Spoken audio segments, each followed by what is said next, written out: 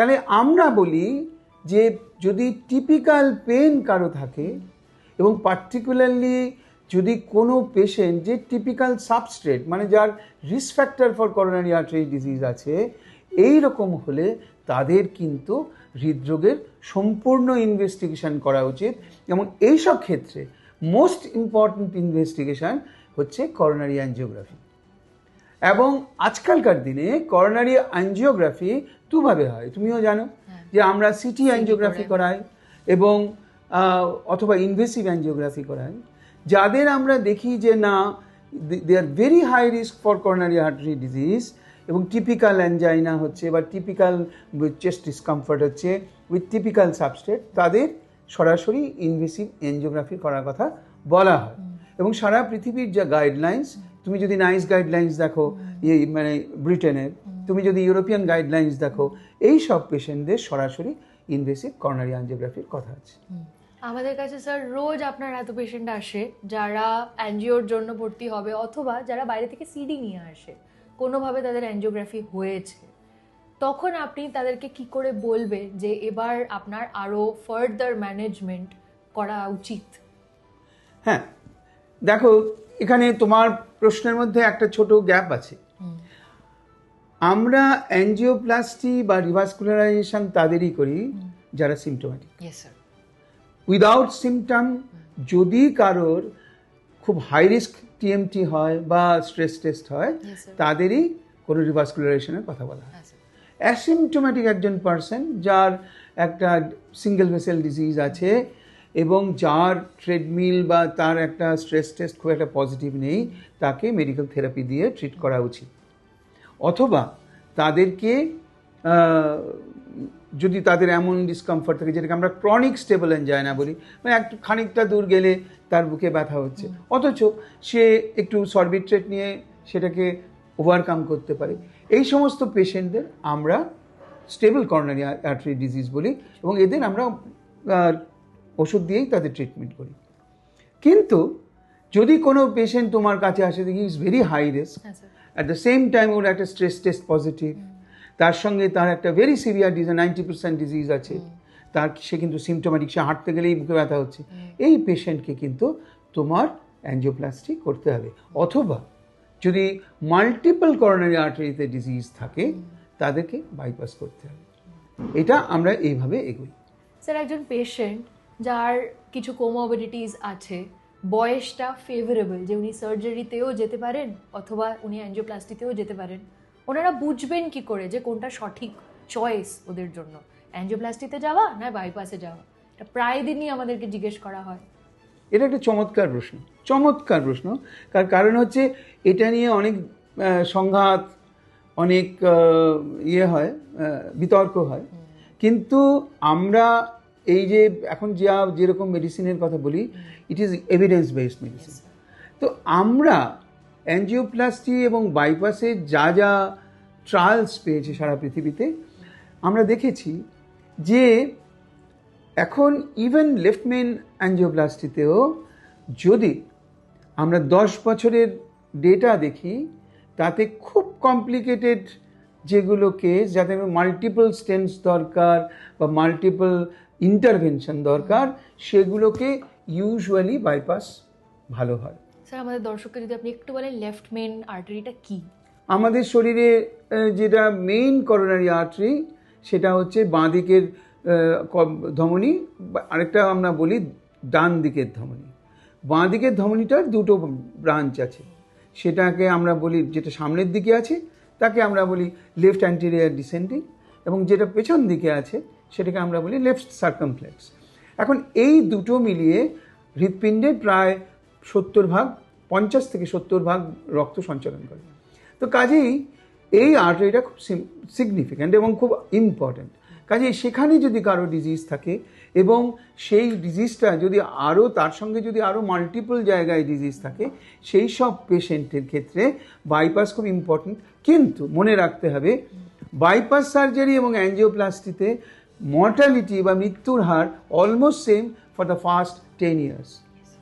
10 বছরের পরে, ইনফ্যাক্ট 5 বছরের পর থেকে কার্ভগুলো ডাইভার্জ করে। সেই জন্যে একজন 80 বছরের পেশেন্ট যদি আমার কাছে এরকম একটা ডিজিজ নিয়ে আসে, আমি তাকে কিন্তু অ্যাঞ্জিওপ্লাস্টিতে দেবো, আমি তাকে বাইপাসে দেবো না। কারণ তার যদি আমি আয়ুষ্কাল ধরি, সেটা 10 বছরের মধ্যে তার যা হবার হবে, সে বেঁচে থাকলে এবং ভালোভাবে কাটাতে পারলে যথেষ্ট। কিন্তু যদি একজন 50 বছরের কোনো পেশেন্ট এরকম একটা ডিজিজ নিয়ে আসেন, তাহলে আমি তাকে বাইপাস সার্জারির কথা বলবো, যাতে সে আরও 25 বছর কি 30 বছর ভালো থাকতে পারে। এটাই হচ্ছে এখনকার গাইডলাইন্সের মূল কথা। স্যার, আমাদের যেসব পেশেন্ট এই 50 বছরের ব্র্যাকেটের মধ্যে পড়েন, কোন পেশেন্টদের জন্য অ্যাঞ্জিওপ্লাস্টি সঠিক? 50 বছরের মধ্যে যারা আসছেন আমার কাছে, তারা যদি সিঙ্গেল ভিসেল নিয়ে আসেন এবং যাদের লিশন বা যাদের যেখানটায় সরু হয়েছে সেই জায়গাটা খুব বেশি লম্বা নয়, সেরকম যদি পেশেন্ট আমার কাছে আসেন এবং যাদের খুব একটা ড্যামেজ হয়নি ইয়েতে, ভেন্ট্রিকল বা হৃৎপিণ্ডের পেশিতে, অথবা যদি কোনো পেশেন্ট অ্যাকিউট মায়োকার্ডিয়াল ইনফাকশন নিয়ে আসেন প্রথম 12 ঘন্টার মধ্যে, তাদের ডেফিনেটলি অ্যাঞ্জিওপ্লাস্টি করা উচিত, ক্লাস 1। এটা অন্য কিছু করে লাভ নেই, সেখানে সার্জারি আসে না। অ্যাকিউট মায়োকার্ডিয়াল ইনফার্কশন, এটা যেটা সাধারণত লোকেরা অ্যাটাক বলে বোঝে, অ্যাটাকের এক্স্যাক্টলি কি করে মানুষ বুঝবে যে আমার এক্ষুনি এমার্জেন্সিতে যাওয়া উচিত আর এক্ষুনি আমাকে সিদ্ধান্ত নিতে হবে যে কিছু আমাকে করতেই হবে? এটাও তুমি একটা খুব চমৎকার প্রশ্ন করলে।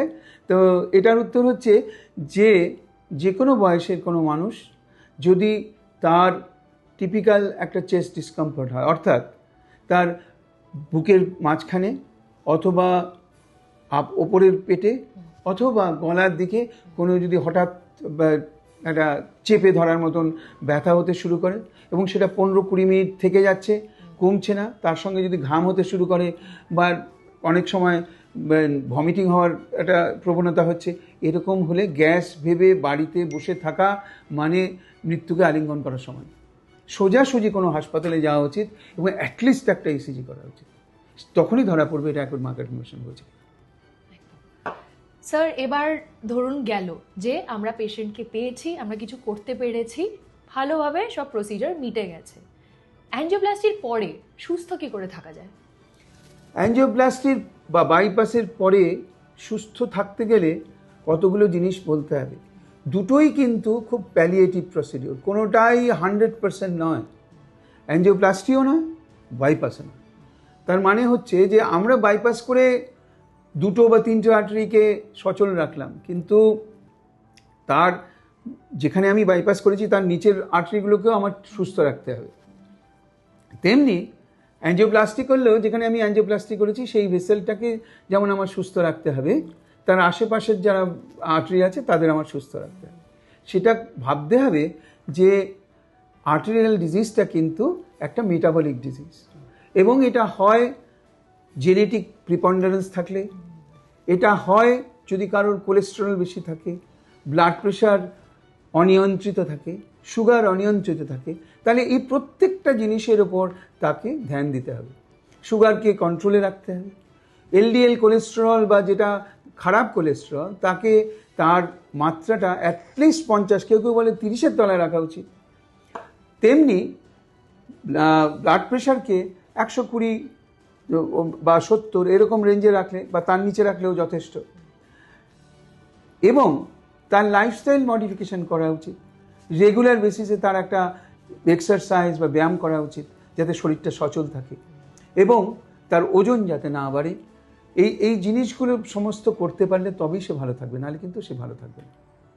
স্যার, বাইপাস হোক অ্যাঞ্জিওপ্লাস্টি হোক, কিছু কিছু ওষুধ আমরা সারাক্ষণই প্রত্যেকটা পেশেন্টকে দিয়ে থাকি, তারা বলে যে আমাকে কি সারা জীবন ওষুধ খেয়ে যেতে হবে? কিভাবে আমরা তাদেরকে আরও বেশি কমপ্লায়েন্ট করব যে ওষুধ কেন খাওয়াটা একেবারেই জরুরি? যাদের স্টেন্ট হয়েছে এবং যাদের অ্যাঞ্জিওপ্লাস্টি হয়েছে অথবা বাইপাস হয়েছে, তাদের ব্লাড থিনার যেটা অ্যান্টিপ্লেটলেট ড্রাগস সেটা সারা জীবন খেতে হবে। কোলেস্টেরলের ওষুধ হয়তো সারা জীবন খেতে হবে। এই জিনিসগুলো একটা ম্যান্ডেটরি প্রসেস। পার্টিকুলারলি স্টেন্টিংয়ের পরে যদি কেউ অ্যান্টিপ্লেটলেট ড্রাগস বন্ধ করে দেয়, সেখানে স্টেন্ট থ্রম্বোসিস বা স্টেন্ট জমে যাবার প্রবণতা হয়।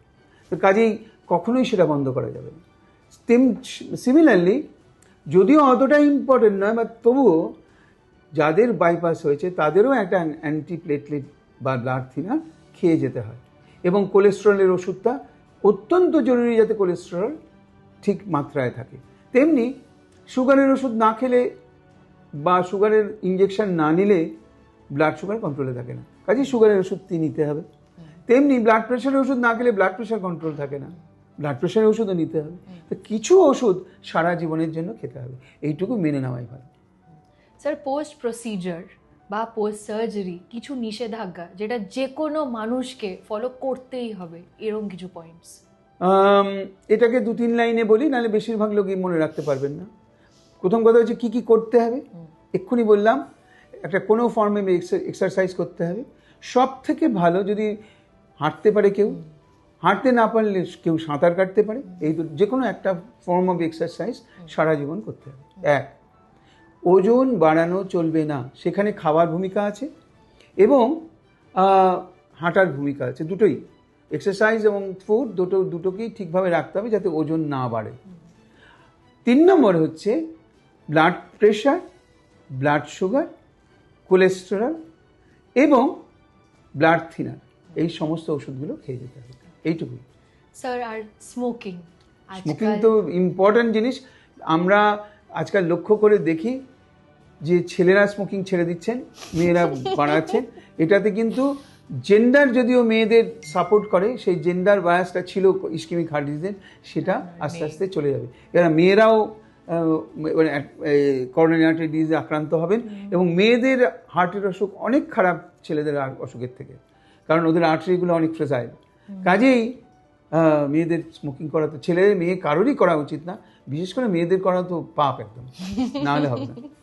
স্যার, স্মোকিং বলতে লোকেরা বোঝে শুধু সিগারেট, কিন্তু আমরা দেখি খৈনি, chewable tobacco, Any tobacco. or form. Any tobacco Tobacco is bad. is a big no for everybody. Sir, last but not the least, আমরা কি করে মানুষকে বলবো যে আপনারা আরো একটু বেশি সচেতন হন, কারণ হৃদরোগ হচ্ছে ইররিভার্সিবল, সেটাকে ঠিক সময়ে ধরা খুব ইম্পর্টেন্ট। নট অনলি ইউনিভার্সেবল, একটা খুব ইম্পর্টেন্ট জিনিস আছে, তুমি এটা মানবে। হৃদরোগে মৃত্যুর আশঙ্কা অন্যান্য যে কোনো মৃত্যুর থেকে বেশি, এবং যে কোনো অসুখের থেকে বেশি। মৃত্যুর হার অনেক অসুখের থেকে বেশি। একটা হৃদরোগ থেকে যদি কারো হার্ট ফেলিয়ার হয়, তার মৃত্যুর হার ক্যান্সারের থেকে বেশি। তো এই জিনিসগুলো মানুষ দেখতে পায় না, এবং হৃদরোগ তাদেরই অ্যাফেক্ট করে যারা প্রাইমে আছে।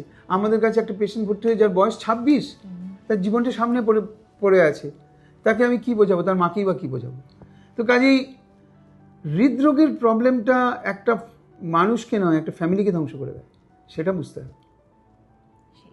আপনারা স্যারের থেকে শুনলেন, এভরি ইয়ার, প্রত্যেক বছর কিছু রুটিন টেস্ট প্লিজ করান। যদি আপনার ফ্যামিলি হিস্ট্রি থেকে থাকে, অতি অবশ্যই করে একজন কনসালটেন্টের কাছে চেক করান। নিজে সুস্থ থাকুন, রোজ হাঁটুন, ভালোভাবে হেলদি লাইফস্টাইল মেনটেন করুন।